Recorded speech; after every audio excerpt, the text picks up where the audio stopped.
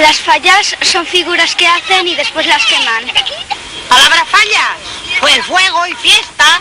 Las fallas, pues... que no sé.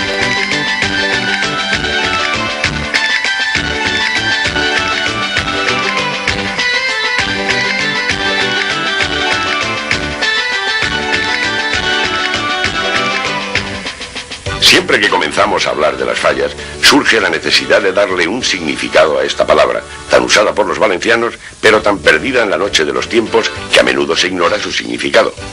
La palabra falla, de origen mozárabe, proviene de fala y esta de facula en latín, diminutivo de faxis, que significa antorcha.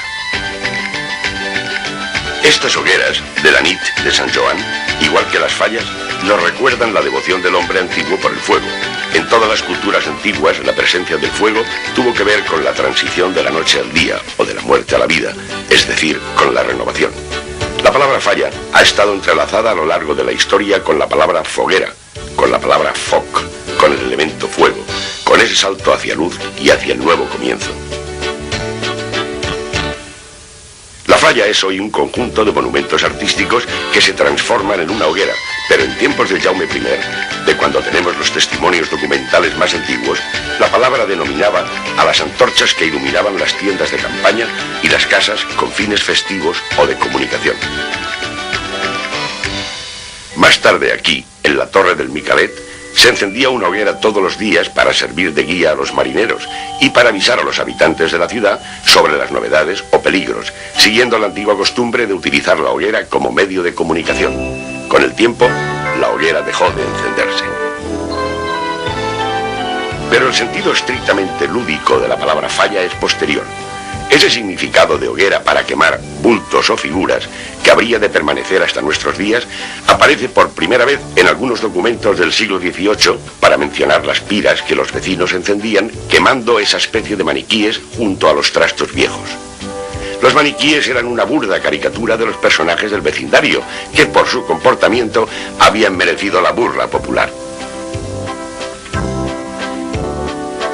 Pero además de darnos una referencia sobre el carácter festivo y satírico de aquellas hogueras, la palabra nos transporta en su sentido más poético y anclada en su versión más antropológica al paso del oscuro a la luz y a la renovación.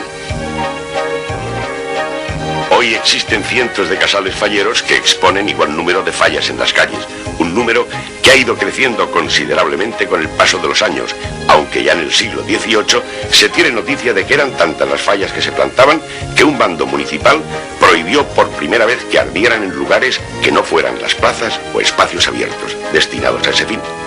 Desde entonces la palabra se usa generalmente en plural, fallas para designar a la que se ha convertido en Fiesta Mayor de Valencia. Se usa igualmente para nombrar el conjunto de fallas monumento, así como para hablar de la suma de asociaciones, comisiones o peñas que se unen para organizar las fiestas. Con el auge turístico y la proyección internacional que se ha dado a las fallas, la palabra así, en plural, ha trascendido a todas las lenguas del mundo e incluso podemos encontrarla en el Diccionario de la Lengua de la Real Academia Española.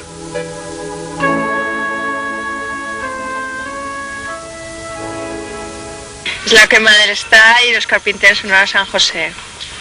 Bueno, ¿y qué son? Pues son unos nidos plantados por ahí en las fechas del 16 de marzo, 19 de marzo, y que todo el mundo disfruta mucho y se lo pasa muy bien. Eso viene de tiempos remotos, de que la gente, pues, cuando pasaba el invierno y tal, sacaban todos los trastos viejos que tenían en las casas y formaban una pira y los quemaban y... Diferentes teorías explican hoy el origen de las fallas con un mayor o menor nivel de fiabilidad, dependiendo de las pruebas documentales que por otra parte son casi inexistentes. Una de las teorías explica el inicio de las fallas en la época de los gremios medievales, cuando el gremio de carpinteros encendía una hoguera en honor a su patrón San José. Entre los defensores de esta teoría, Vicente Salvador explicaba el origen de las fallas a partir de la costumbre gremial de quemar el estay o palo con pie sobre el que los carpinteros colocaban la luz para las horas de trabajo nocturno. La víspera de San José quemaban el estay para agasajar al santo y como una despedida a las noches de trabajo.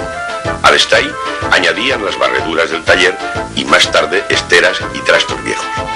En algún momento, y quizá motivados por algún suceso de rivalidad, los carpinteros de algún taller debieron añadir a la quema un monigote representando al rival, simbolizando sus deseos de deshacerse también de él. La costumbre debió generalizarse y al final se quemaban en la hoguera ninots o figuras representando cualquier suceso reprobable o risible. Las fallas son antiguos ritos solares paganos que vienen desde hace mucho tiempo. Otra teoría, la solar, explica que los ritos que el hombre dedica al fuego son costumbres paganas previas al cristianismo. Desde el 17 de enero y hasta el 16 de agosto hay todo un calendario de fuegos festivos a lo largo de la Comunidad Valenciana, que coinciden con el paso de los equinoccios de las estaciones. Hogueras que al llegar el cristianismo pudieron haber sido retomadas para dedicarse más tarde a los santos como San Antonio, San José, San Juan, etc. Son unos monumentos de cartón piedra que queman, o sea, representan lo que ha pasado en el año y se queman. Vienen de las quemas de gente en la Edad Media y para no quemar gente pues hacen monumentos. La teoría del parot o ninot de Mitjà de Cuaresma explica el origen de las fallas, aludiendo a la quema de monigotes atados a un palo, los primeros al parecer representando a Mahoma, allá por principios del siglo XVII. Era sobre todo una diversión popular que congregaba a la gente en la plaza del mercado, posiblemente llevando a la figura en procesión, tocando el tamboril.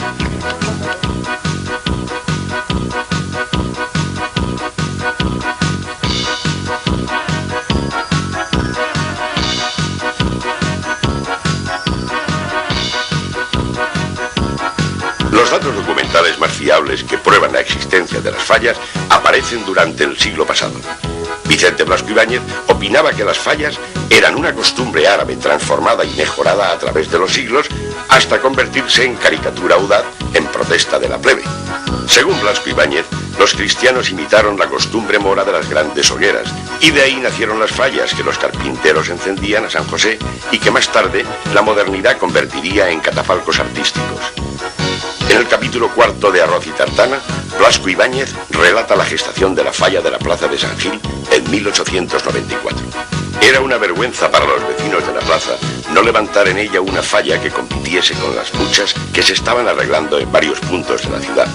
Y la proposición del cafetinero fue acogida con entusiasmo por todas las gentes de los pisos bajos. El iniciador asocióse a 2 zapateros y un carpintero que por tratarse de San José se creía con derecho propio y todos juntos formaron algo que bien podía llamarse comité de vecinos.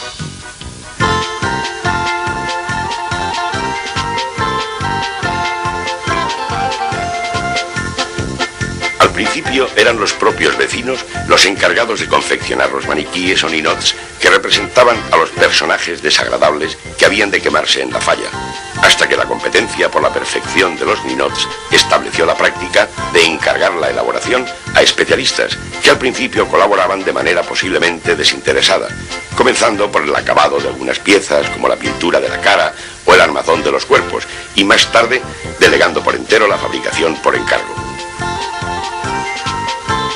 La falla de elaboración profesional no comenzó a ser una práctica general en una fecha exacta, ni se puede precisar la aparición del primer artista fallero. Sin embargo, sí se puede confirmar que los primeros encargos a expertos en carpintería, pintura y escultura para realizar una falla se hicieron ya durante el siglo pasado. A finales del siglo XIX, la calidad artística de las fallas comenzó a ser un objetivo perseguido por algunas comisiones falleras, hasta que por fin, en 1908, la falla de la Bajada de San Francisco sacó a concurso público la construcción del catafalco. En aquella época nadie vivía aún exclusivamente de las fallas. La mayoría de los artífices que se presentaron a aquel concurso se dedicaban a las bellas artes y a la carpintería, pero en la lista también había albañiles, mecánicos, labradores, cocheros, ferroviarios, afiladores, jornaleros, médicos, profesores y muchos otros trabajadores con variopintas ocupaciones. La historia de los maestros falleros comienza cuando la calidad artesanal de las fallas se convierte en un objetivo. cuando las comisiones falleras alcanzan cierto nivel de organización que les permite recaudar fondos para la construcción anual del monumento y cuando se institucionaliza la costumbre de premiar a los mejores por parte de instituciones como los Ratpenat e incluso el ayuntamiento. A partir de entonces, muchos artífices inician una trayectoria exclusivamente dedicada a construir catafalcos y ninots para las fallas. Algunos de los primeros artistas premiados fueron Enrique Navas Escuriet en 1900, Joaquín Igual Calvo en 1901 y 1903, Luis Blesa, pintor, en 1902 y 1903, Francisco Marco Díaz Pintado y Luis Benedito Vives en 1905. Aquellos primeros constructores de fallas tenían en común alguna profesión artística. Excepto unos cuantos, como Carlos Cortina, que era carpintero, la mayoría de los demás ganadores de premios a las primeras fallas de concurso de este siglo eran pintores, escenógrafos o escultores, algunos egresados o profesores de Bellas Artes y otros incluso con cierto renombre, como Antonio Fillol, un pintor costumbrista de fama nacional que llegó a ser presidente del Círculo de Bellas Artes y que desde allí apoyó el desarrollo artístico de las fallas al seguir una política de apoyo al arte popular. De entre este grupo de pioneros surgió la figura del artista fallero, y de entre ellos algunos se consagraron como verdaderos especialistas, a los que habrían de seguir generaciones enteras de artistas discípulos, como Ramón Andrés Cabrelles, maestro de Regino Mas, y Alfredo García, entre otros. Había trabajado ya con Manolo Bañón, estábamos allí en Casa Bañón, estábamos trabajando José María Martínez, Manolo Cotanda, ¿y quién era el otro? No me acuerdo. Ah, y Salvador de Bones, que empezaba entonces él a ir a San Carlos y esas cosas. No, yo estaba trabajando en la casa esta de Radiadores Olaya, pero como eran fallas entonces de base alta, que no eran como estas y eso, porque en un rinconcito de nada pues te hacías una falla que tenía 8 o 9 metros, porque te era a base de cartón y cosas de esas, cartón de guitarra que decíamos. Y eran todo bastidores.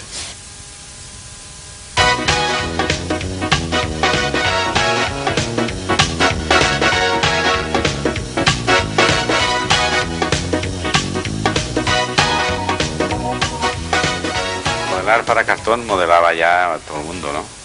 Lo que pasaba es que se modelaba mejor varios cuerpos distintos del tipo de un gordo, un flaco, un alto, un bajo, lo que sea, varios tipos de personas, y cabezas sueltas, o sea, los tipos desnudos, y luego con cartón mismo en directo, como si estuvieras vistiendo una figura con ropa, cortando el cartón a medio, en fin, haciendo el tema como se debía hacer, se vestían, que decíamos nosotros, con cartón, ¿no?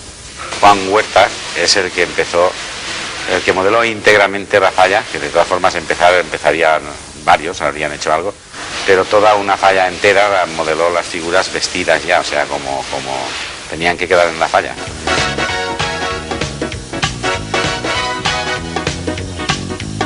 Ya en este siglo era un hecho común que las fallas fueran elaboradas profesionalmente. Los primeros materiales utilizados en la fabricación de ninots fueron la cera para las máscaras y el cartón y la madera para las armazones de los cuerpos.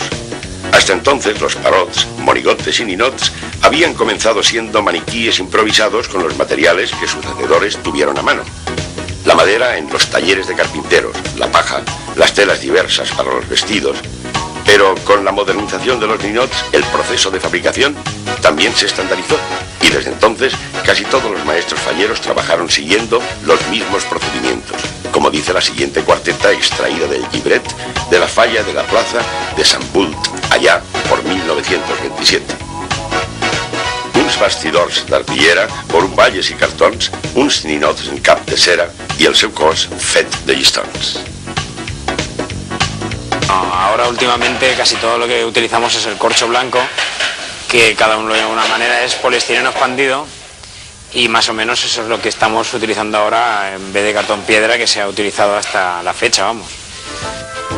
Los materiales modernos han ido introduciéndose para adaptarse a las nuevas necesidades. Un buen ejemplo es el corcho blanco, sustituyendo al cartón para los moldes. La desaparición de las máscaras de cera es otra novedad en los ninots contemporáneos, ya que ese material era muy poco resistente al calor del sol. También ha cambiado considerablemente el número de artistas dedicados en exclusiva a la fabricación de 2 o más fallas al año. Artistas que tienen en nómina a operarios que viven solo de hacer fallas.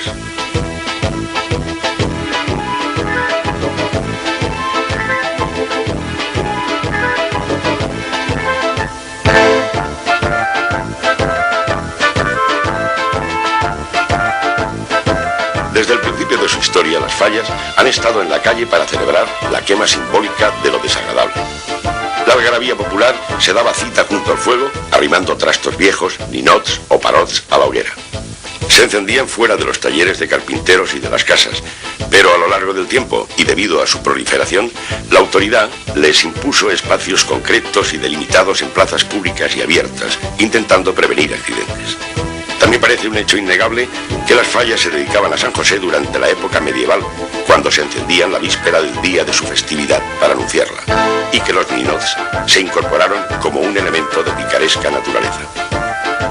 Los ninots, tal y como los conocemos, provienen de aquella primera época de las fallas satíricas. Eran parots con trapos o monigotes grotescos, mal moldeados y groseramente vestidos, que representaban a personajes vecinales que merecían la vergüenza de ser caricaturizados y quemados en la hoguera pública, comerciantes especuladores, artesanos abusivos o alcahuetas escandalosas. Con la modernización, los ninots se convirtieron en objetos artísticos y las fallas dejaron el entorno del vecindario para abarcar con sus críticas otros asuntos de la vida cotidiana. Se convirtieron en un medio de exposición popular de ideas políticas, culturales y sociales. A la par, las fallas modernas fueron adquiriendo monumentalidad, fueron reforzando su carácter escultórico y se lanzaron hacia el atrevimiento constructivo, afirma Antonio Ariño en sus textos.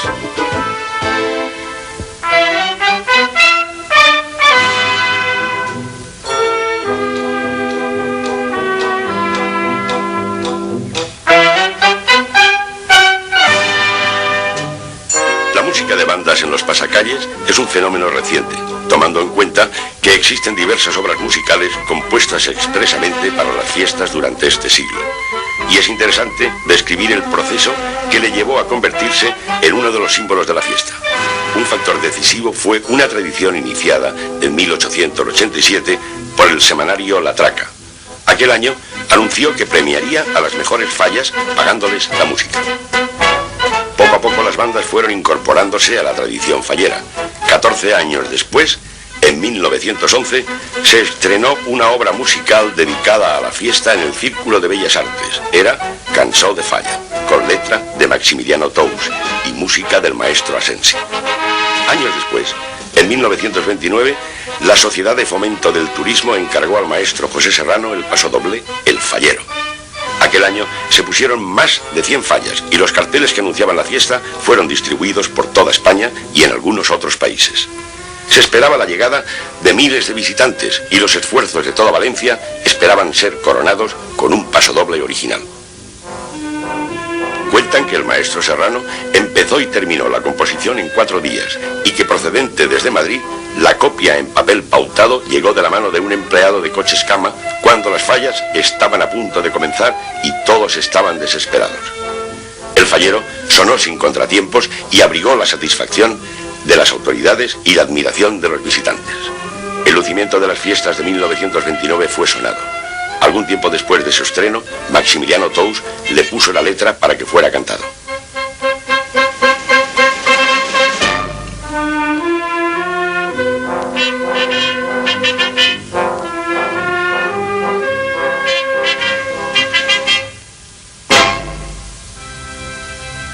Desde sus comienzos, las fallas tuvieron la misión de expresar la crítica popular exponiendo hechos y personas.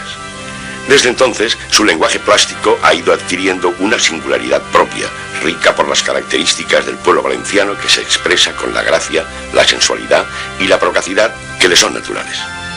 También desde el principio, las fallas cumplieron con la tarea de romper la normalidad cotidiana, de liberar los impulsos más lúdicos del pueblo durante la excepción que le marcaba la fiesta, haciendo de sus señas de identidad y de sus raíces un discurso colectivo lleno de estímulos visuales y sonoros.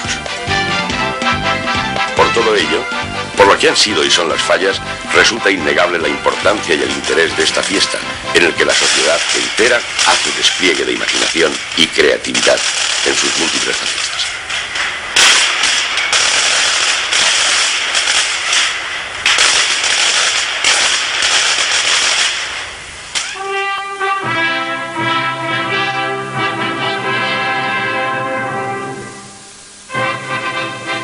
Con el fuego termina el ciclo de vida del ninot.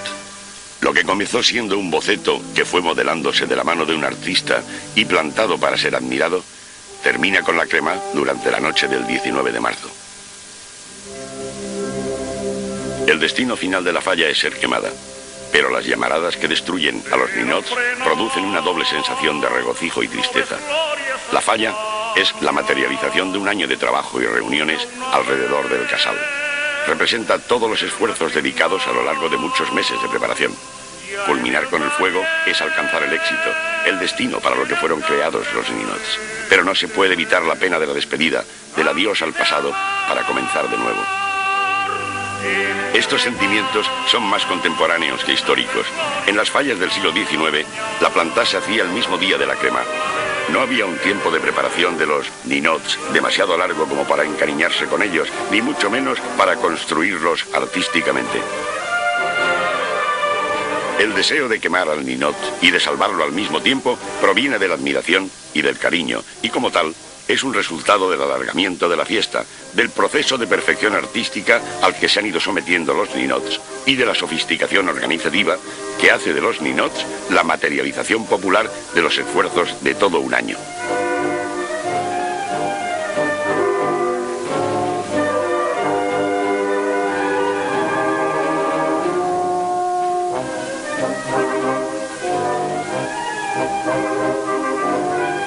En 1927 se plantaron alrededor de 50 fallas. La ciudad contaba ya con un censo de población de cerca de 500.000 de habitantes, a los que se sumaron los visitantes que acudieron en masa a la ciudad para recorrer a pie los diversos itinerarios recomendados. Las calles estaban adornadas con banderitas para atraer la atención de los paseantes a las fallas más populares, pues ya entonces había rivalidades entre comisiones grandes y pequeñas y la calidad de los monumentos era francamente espectacular.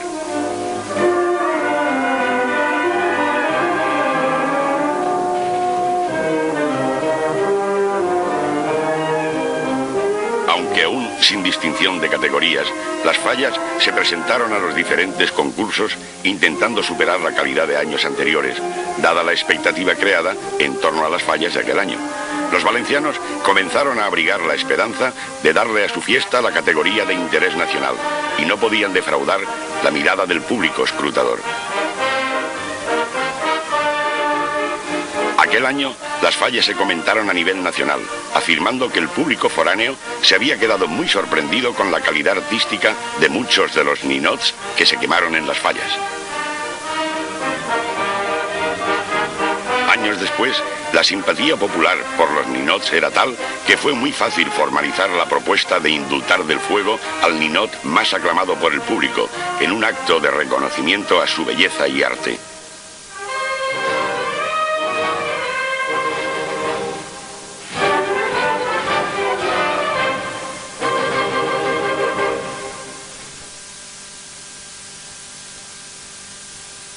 Están este año muy bien hechos, este año están mejor que el año pasado. Han quedado este año menos descalificados que el año pasado. El año pasado estaban más descalificados que este. Y a mí me gustan más. Y esto es fenomenal, muy bien. Hay grupos que son dignos de admirar y para no quemar. Oh, pues no los había visto nunca y no sé, estoy asombradísima. Me los encuentro fabulosos. Hay para todos los gustos y de todos los estilos. Me encantan. Como muñecos, pues es una expresión artística del arte y de esta zona valenciana. Me gustan bastante porque soy bastante valenciana y bastante fallera, o sea, me gustan mucho.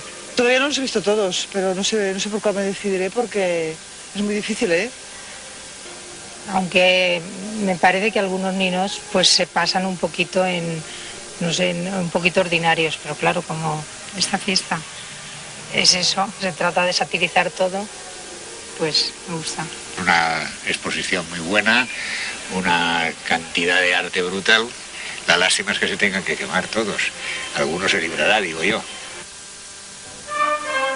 La idea de indultar del fuego al ninot favorito fue una realidad en 1934, pero había sido sugerida ya en 1925 por la Comisión de Fiestas.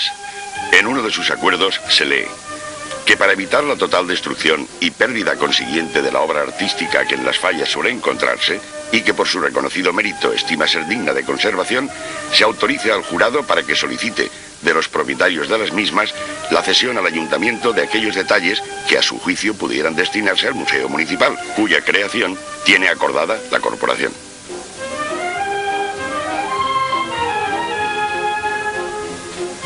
Ante la petición de sugerencias para la conservación de los ninots, Regino Mas presentó un proyecto titulado L'Indult del Foc. Los artistas falleros escogen un ninot cada uno de su falla y lo llevan a la lonja unos días antes de que comience la semana fallera, para que se muestre en una exposición de los mejores ninots que han de figurar en las fallas. En esta exposición se premia o se elige aquel que por estar mejor hecho, por ser más gracioso o por lo que sea, merezca que a juicio de un jurado se le indulte del fuego. El día de la crema, cada artista se lleva su ninot, incluso el indultado, y se coloca en su falla. Y el último día, antes de quemar las fallas al principio de la noche, salen del Museo Municipal del Folclore las dansetes, la moma, los misterios y todos aquellos tipos valencianos que el tiempo ha arrinconado en el museo, y formando una cabalgata, entre música y luces, se reúnen con el ninot indultado del fuego y lo acompañan al museo para que se conserve allí como una cosa que en un momento formó parte del espíritu popular y del alma de Valencia. La repetición anual de esta fiesta crearía una colección de figuras artísticas muy interesante para el folclore valenciano.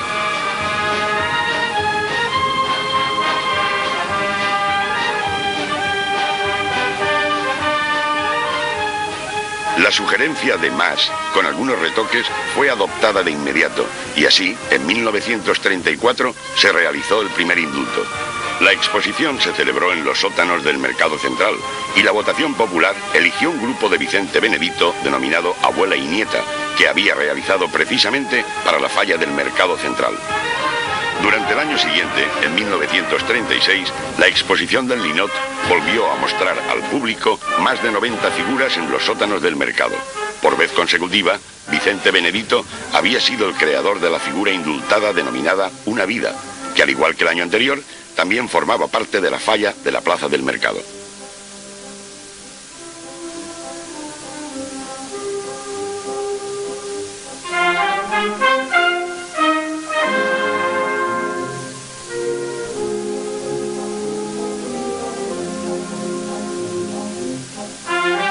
La primera vez que se paseó oficialmente una figura indultada fue el 19 de marzo de 1934, en un antecedente de lo que hoy es la cabalgata del ninot.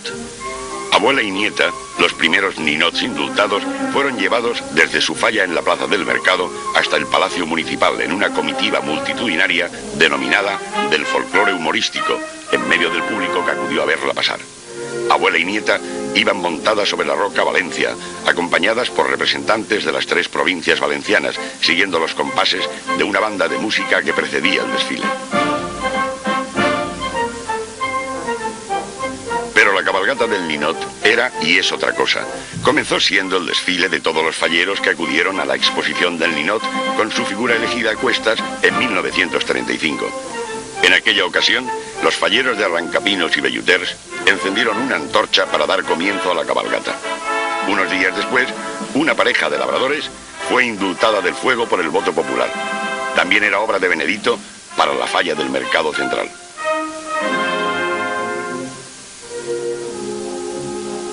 Durante los años 40, la popularidad de la cabalgata sufrió una recaída, pues el ambiente favorecía que los falleros cayesen en un tono carnavalesco y licencioso que ponía en apuros a la moral imperante.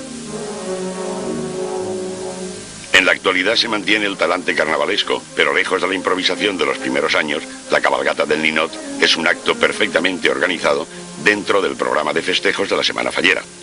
Durante la cabalgata del ninot, cada comisión se convierte en una comparsa que escenifica y satiriza su sainete sobre carrozas de fantasía, a menudo evocando hechos políticos o del corazón que hayan sido objeto de controversia durante el año.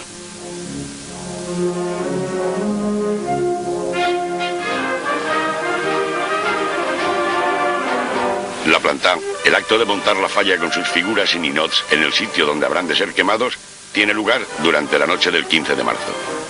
Hasta ese día han estado llegando todos los elementos por separado procedentes del taller del artista fallero, quien, acompañado de sus operarios y de los falleros, arma y planta la falla según el boceto previamente concertado.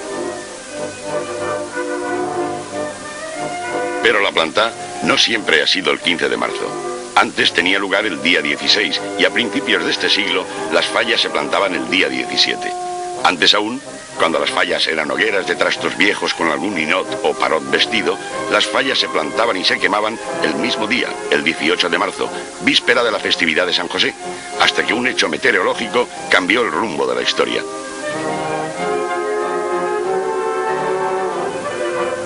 Cuentan que el 18 de marzo de 1873 hubo tanto viento que fue imposible mantener ninguna falla plantada. La mayoría de las comisiones solicitó permiso para quemarlas por lo menos al día siguiente. Desde entonces, la planta se realizaba el día 18 y la crema el 19. Con el tiempo, las fallas ganaron un día más, pues ya a principios de este siglo, las fallas se plantaban el día 17. Algunos años más tarde, en 1927, se hizo necesario ampliar el programa de festejos un día más, pues el primer tren fallero, repleto de visitantes, había resultado un éxito en cifras turísticas. Muy alentada por tal respuesta, la Sociedad para el Fomento del Turismo se fijó el objetivo de convertir las fallas en la fiesta mayor de la ciudad.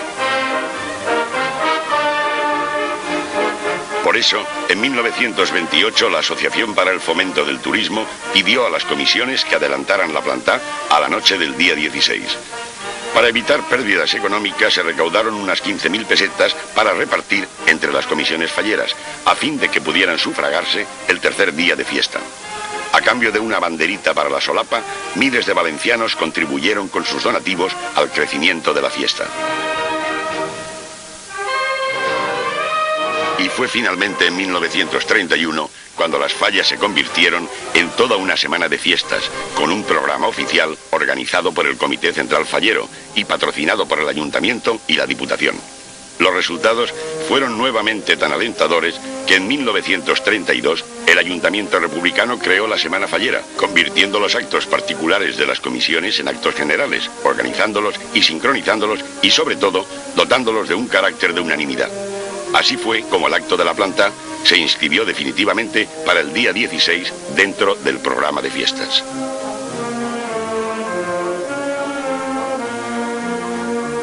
Durante más de 50 años, todos los 16 de marzo se plantaron las fallas en la ciudad de Valencia, hasta que en 1967 se modificó nuevamente el programa para adelantar la planta al día 15. Yo recuerdo cómo montaba nuestro querido maestro Regino Mas a primeros de marzo en la plaza del mercado, que es la falla que él solía plantar, y empezaban a hacer 2 torres de tablones, de andamio,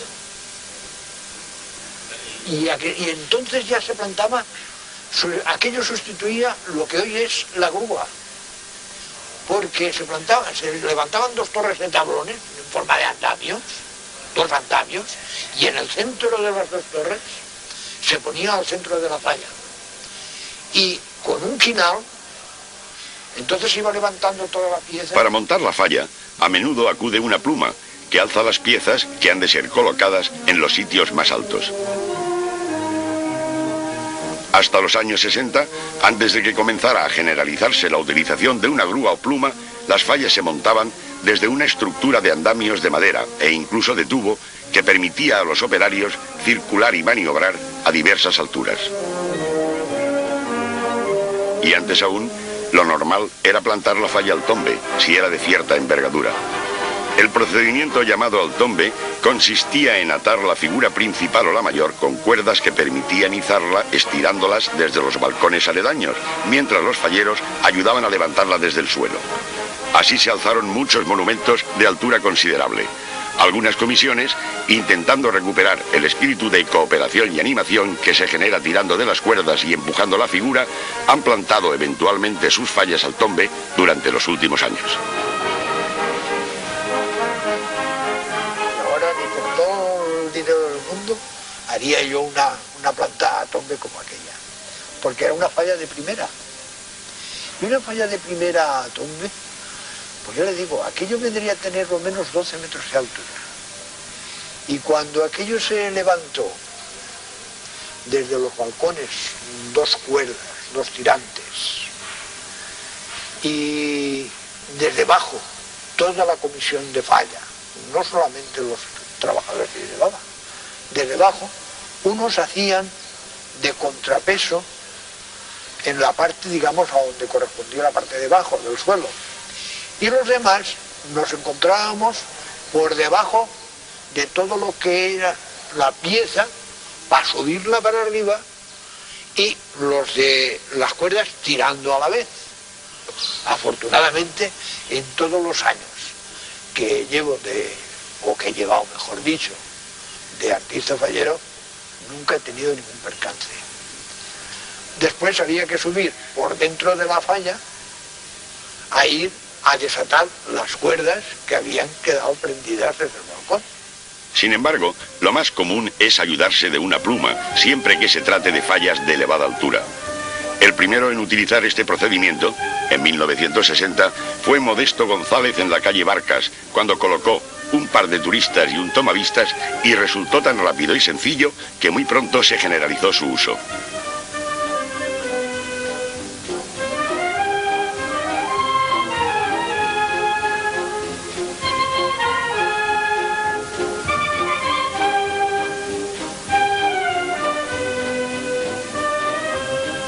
El sopar o cena de la planta no se instituyó como uno de los actos del programa fallero, sino hasta hace unos 40 años.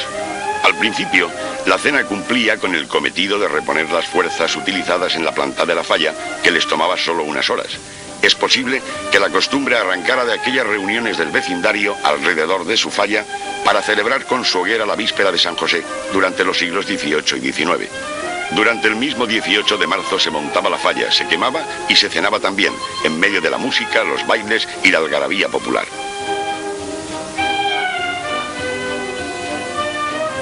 Pero el sopar de la planta, como lo conocemos hoy, solo se hizo frecuente cuando las fallas comenzaron a plantarse 1, 2, 3 y hasta 4 días antes de la crema.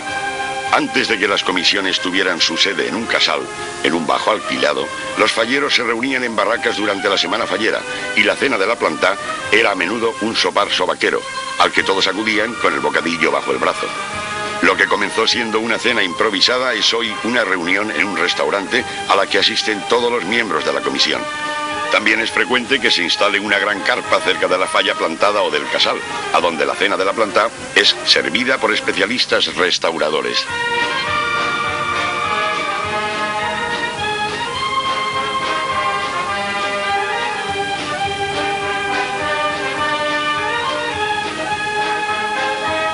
En algunas comisiones, antes de terminar el sopar de la planta, comienza el nombramiento de los presidentes de honor. En otras se celebra aparte, pero en todas este acto comenzó siendo un reconocimiento a los personajes importantes del vecindario o incluso de la escena política y social que prestaron su ayuda. En medio de un homenaje más o menos organizado, los presidentes de honor recibían un pergamino reconociendo su colaboración. Era un hecho frecuente que las comisiones más ricas contaran con personajes importantes entre sus presidentes de honor.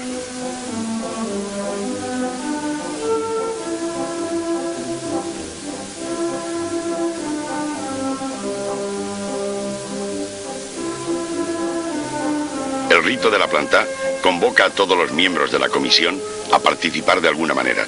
Las falleras son a menudo las encargadas de colocar el césped sobre la arena una vez que los artistas falleros han terminado de retocar su obra pintando las juntas y colocando los carteles.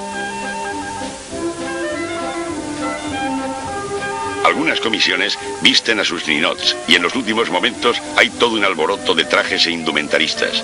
Mientras tanto, falleros y falleras colaboran llevando y trayendo herramientas, elementos, telas. Es indudable que la fiesta aglutina a sus festeros, los une y reúne para hacerles participar de una creación común con todos los esfuerzos y las recompensas que ello conlleva. En algunas fallas populares, las muestras de compañerismo son espontáneas y notables. Las falleras se peinan unas a otras, se prestan aderezos, agujas, peinetas e incluso trajes. Los últimos retoques se dan también en el casal y todo se pone a punto casi cerca de la madrugada.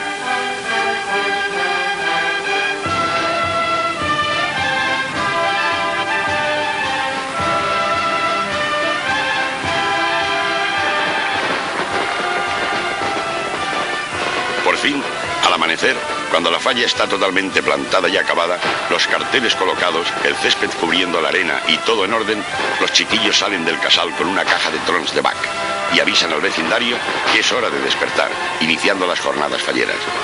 Los falleros inician la despertar con el disparo de tracas y truenos de mecha, mientras la música secunda el anuncio de la fiesta. La tranquilidad de la calle se rompe a partir de las 8 de la mañana del 16 de marzo. Desde ese momento, el silencio dura apenas un par de horas al día.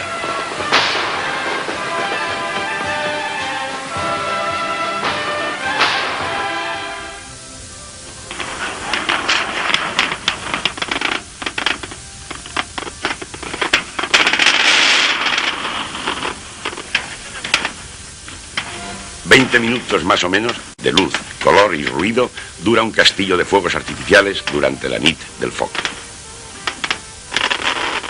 Los castillos son posiblemente las demostraciones pirotécnicas más antiguas en muchas culturas asiáticas y europeas, desde los tiempos de los romanos. En nuestros días se trata de una complicada combinación de carcasas, truenos, paracaídas, morteros y candelas que, unidos a dispositivos de efectos especiales, se convierten en verdaderas fantasías de luz, ruido y color. Los elementos que hacen el ruido, pues son los metales, percloratos con metal. Esto es lo que hace, digamos, el ruido, lo que es el trueno, llamamos nosotros el relámpago o el trueno. Esto es lo que se realiza en las grandes mascletas.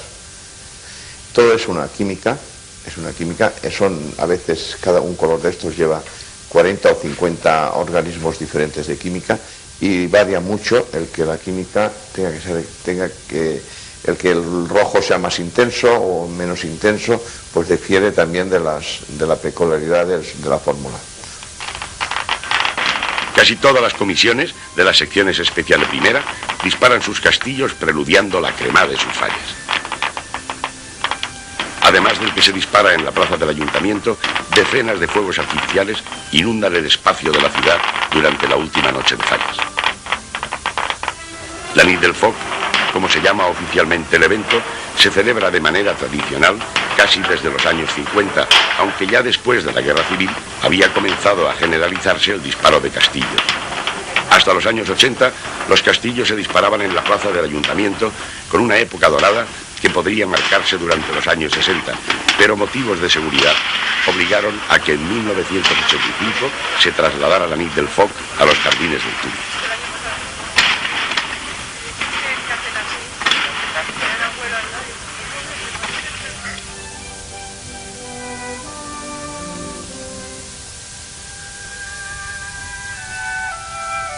Antes de dar comienzo a la crema, la fallera mayor se despide de su falla, cumpliendo con el silencioso encargo de un adiós colectivo en el que se condensan las emociones de todos los miembros de su comisión. En su despedida se materializan todas las fantasías y los fantasmas de su comunidad, y es un hecho frecuente, casi esperado, que derrame al menos una lágrima en su honor. En la plaza del ayuntamiento la presión es aún mayor, ya que el número de espectadores es considerablemente superior y la monumentalidad de la falla suele merecer grandes sentimientos de pérdida al quemarse. Si te lo digo me pongo a llorar, ¿eh? Es muy emocionante, no sé, es verdad, es muy grande, yo te lo puedo decir que es muy grande, con palabras no se puede decir, siendo los falleros, lo que siente. Pena y alegría, las dos cosas. Pena porque se acaba y alegría porque empieza algo nuevo. ¿Qué se siente? Es inexplicable. Mucha pena. Emoción. Es algo muy profundo. Emoción. Solo es emoción. Es mucha alegría porque sabe que comienza la fiesta al minuto de las cenizas, quedarse en eso, en cenizas. Alegría. Porque las fallas son muy bonitas, no voy a ponerme a llorar. Tristeza porque ha sido la ilusión de un año, pero como esto es renovable, esto es como el ave fénix, resurge de sus cenizas y es bueno y es bonito, así somos los valencianos.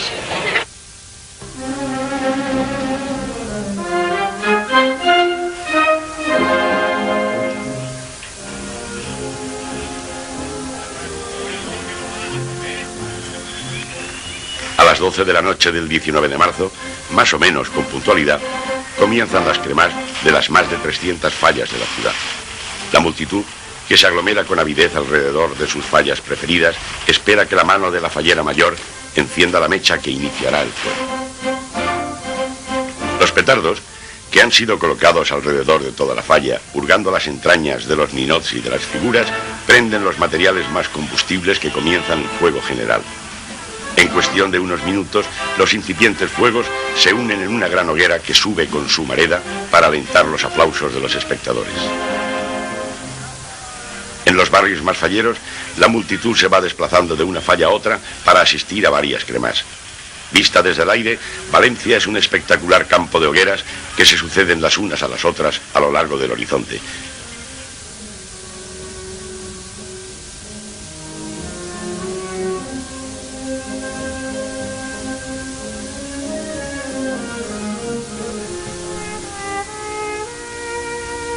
Durante la noche del 19 de marzo, decenas de bomberos en Valencia se ocupan de recorrer las calles de la ciudad para apagar los fuegos de las fallas grandes.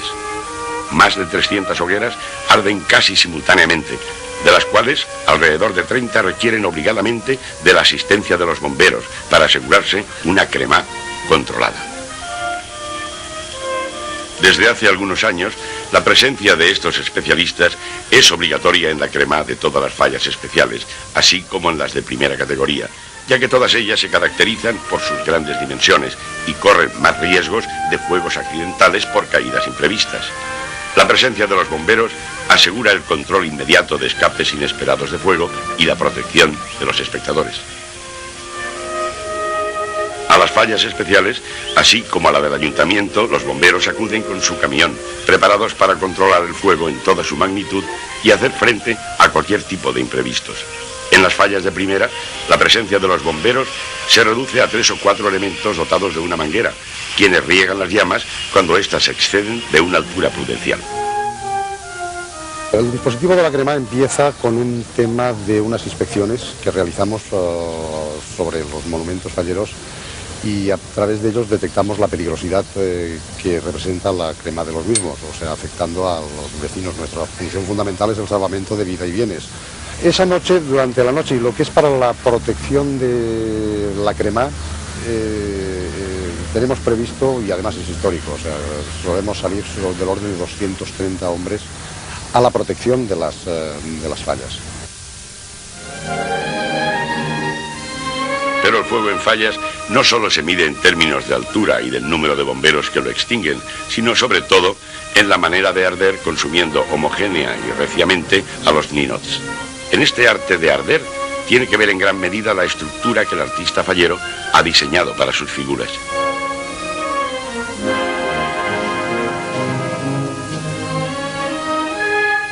El bombero se siente muy identificado con la ciudad a la que sirve y es un carácter lúdico, a pesar de que para nosotros hay en algunos puntos y en algunos momentos que los tenemos muy difíciles, pero nos sentimos muy identificados con la fiesta de la ciudad. O sea, hay un ambiente ambivalente de la actitud del público ante nuestra actitud a la crema. Si echamos agua, pues bueno, pues entonces nos sirva. Si después echamos un poco de agua a la gente, evidentemente la temperatura que se alcanza, alrededor de la falla suelen ser temperaturas altas. La gente, yo creo que agradece en un momento determinado, aunque después lo pague, pero un refrescón es... Como anécdota, la más importante es el cariño con la que se nos trata por parte de las distintas comisiones, o sea, en las cuales creo que también nos consideran un poco parte de ellos, o sea, nos coman de atenciones, nos sentimos muy a gusto en todo esta fiesta.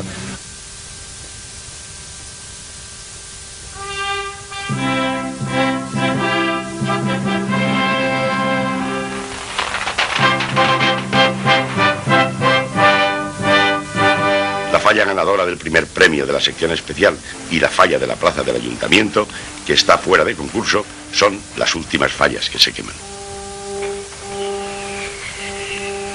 A la 1 del 20 de marzo, después de haberse consumido la mayoría de las fallas de la ciudad, los espectadores más entusiastas acuden a la crema más espectacular.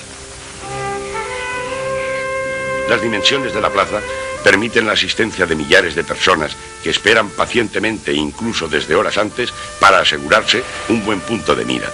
Los ríos humanos inundan la plaza y sus calles aledañas.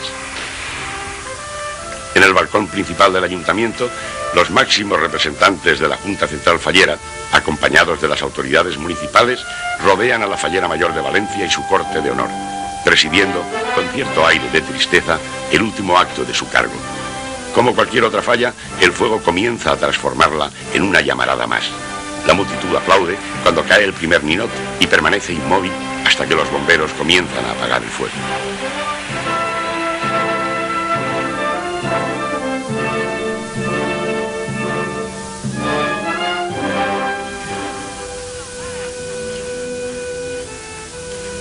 Después del fuego, las cenizas reinan en medio de un silencio que se va apoderando de la calle.